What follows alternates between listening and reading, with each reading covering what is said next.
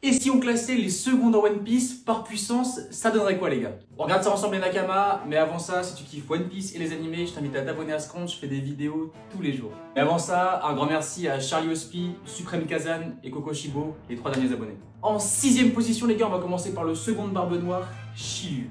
Les gars, c'est l'ancien directeur d'Impel Down, donc on sait qu'il avait un niveau très proche de celui de Magellan. Et maintenant qu'il a son pouvoir de se rendre invisible, les gars, c'est clairement un plus, surtout pour un épéiste. En 5ème position, les gars, j'ai hésité avec la 4ème place, mais pour moi, c'est King. Il est très clairement moins puissant que Katakuri qui sera à la 4ème place, parce que pour moi, il s'est clairement reposé sur son fruit du démon et sur les puissances de sa race. Si seulement King avait travaillé son Haki, il aurait été beaucoup plus puissant.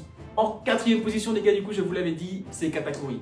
C'est très certainement un des personnages de One Piece qui a un Haki de l'observation le plus avancé. Parce que pour moi, Katakuri, en fait, il a très clairement le niveau pour diriger l'équipage de Big Mom sans problème. Même s'il est clairement pas du niveau de Big Mom, il est très puissant.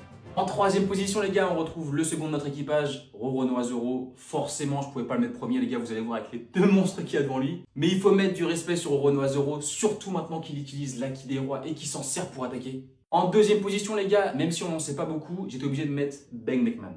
On sait qu'il a un niveau très proche de celui de Shanks, et très franchement, vu la démonstration de puissance qu'il nous a fait à Marineford, en stoppant Kizaru juste avec un simple flingue, non, il doit être trop puissant, non, c'est rien.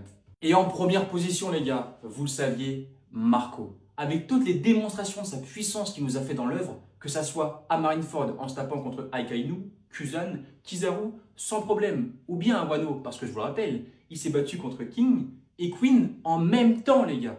Non, très franchement, Marco, c'est trop.